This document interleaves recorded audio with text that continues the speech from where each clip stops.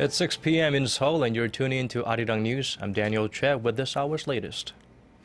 Top nuclear envoys from the U.S. and China will meet for talks tomorrow in New York following a string of diplomatic maneuvers in recent days between key members of six-nation talks that's aimed at denuclearizing North Korea. Our Hwang Sung-hee starts us off.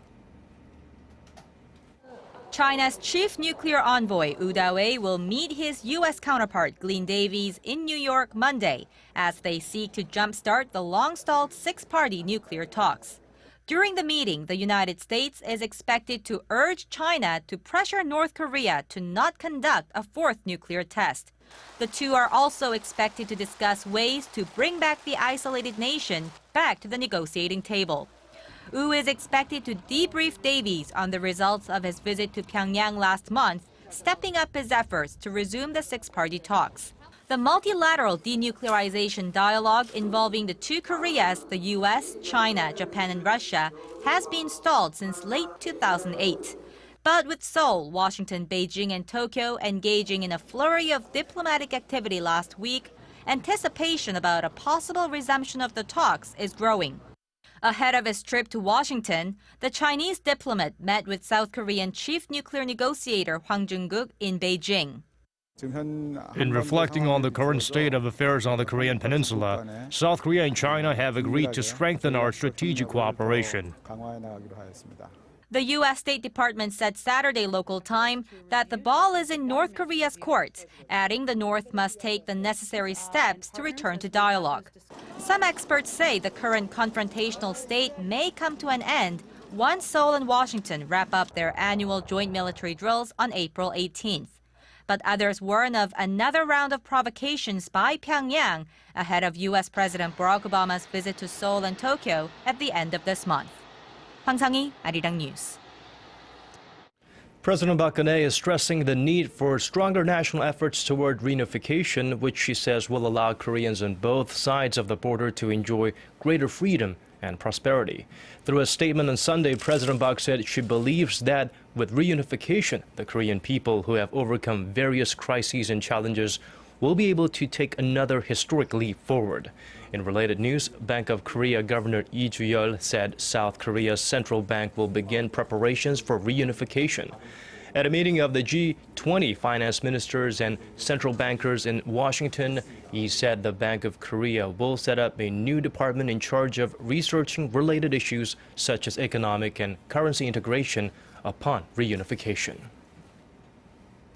Seoul's foreign ministry says Korea and Japan will meet for working-level talks in Seoul Wednesday in an effort to resolve the issue of Japan's wartime sexual enslavement of Korean women. The meeting is the result of an agreement reached by the two sides ahead of a trilateral summit in The Hague between Korea, Japan, and the United States last month. At the coming talks, Korea is expected to reiterate its demand for an official apology and compensation from the Japanese government for the so-called comfort women. Japan has been claiming that the issue was resolved through a 1965 treaty when the two countries normalized diplomatic ties. Around 200,000 women, mostly Korean, were forced to serve the Japanese army in comfort stations in the early 20th century.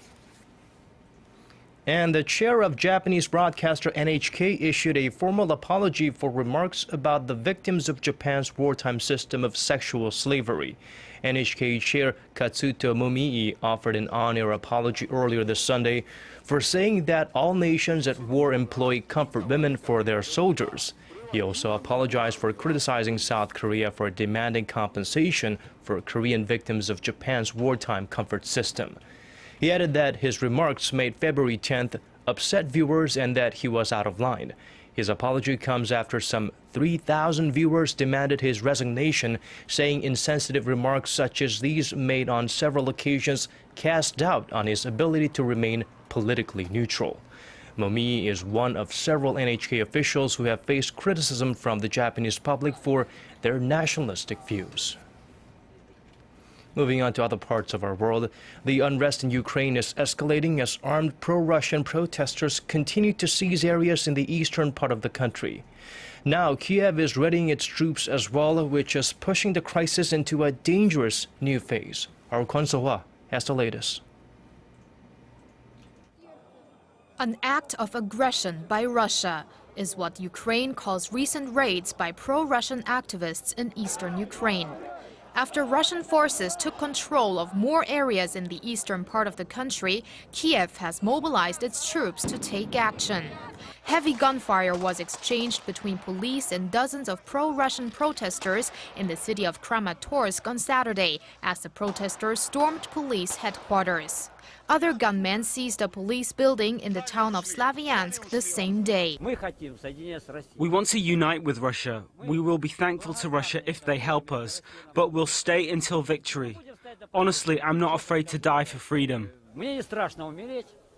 During a phone call between U.S. Secretary of State John Kerry and Russia's Foreign Minister Sergei Lavrov on Saturday, Kerry expressed his concerns about armed attacks in eastern Ukraine and warned of additional consequences if the situation does not de-escalate. On Sunday, Lavrov told Ukrainian authorities that any military action by Ukraine could undermine upcoming talks on the crisis. Ukraine, Russia, the US, and the EU are scheduled to enter talks on the crisis in Geneva on Thursday. In related news, the White House announced that Vice President Joe Biden will make a trip to Kiev on April 22nd to show US support for Ukraine's new government. He will be the most senior US official to travel to the country since the crisis erupted.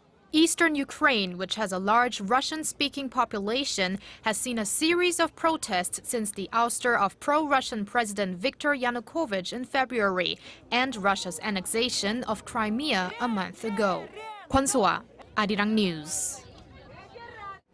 Shifting our focus to other stories, Korea's Finance Minister Hyun Oh-suk says Korea is no longer just a member of the G20, it's being accepted as a key player there. Hyun, who is attending the IMF and World Bank's annual spring meetings in Washington, said G20 members rallied behind Korea in expressing their determination to take realistic and concrete measures to shore up growth amid ongoing geopolitical risks and uncertainties.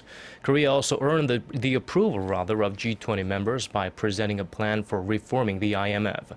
The move was welcomed by G20 finance ministers and bank governors who have expressed their disappointment with the United States for failing to ratify a major IMF reform package 4 years after it was proposed, and they have urged the U.S. to implement the reforms.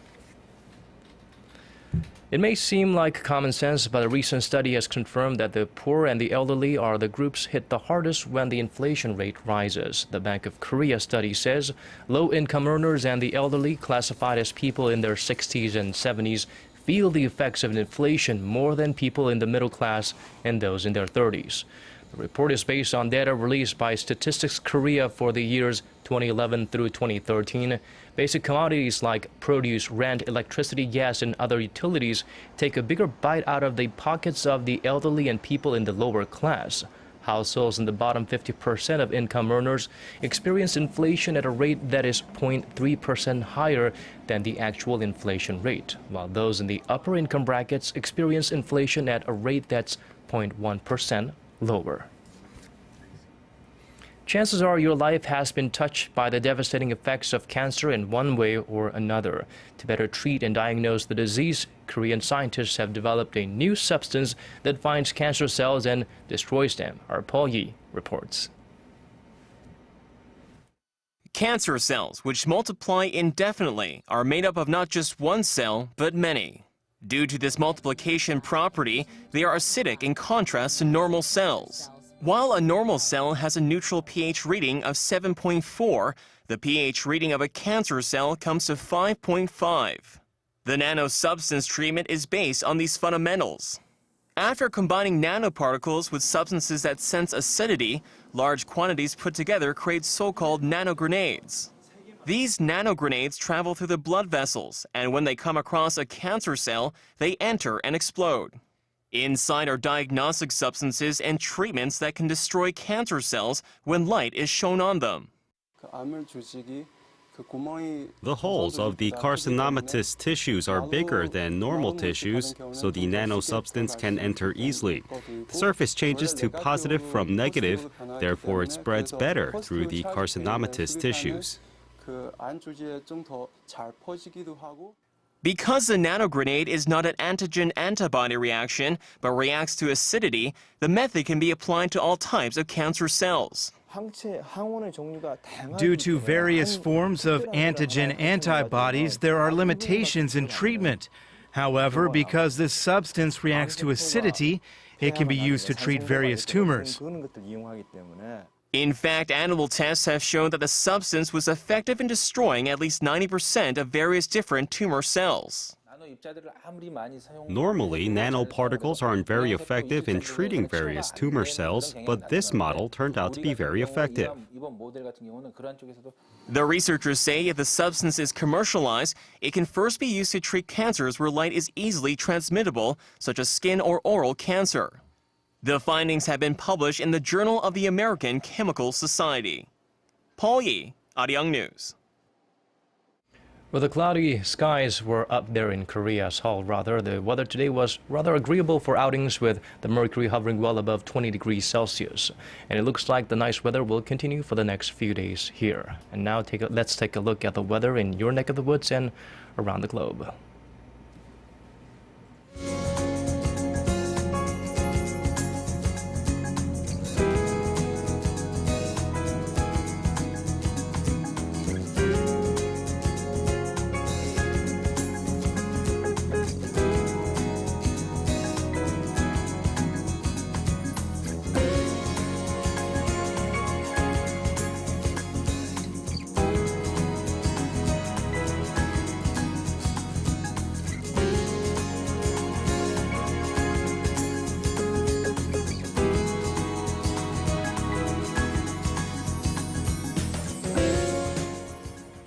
That does it for us now. For more updates, tune in again at 10 p.m. Korea time. Thank you for watching.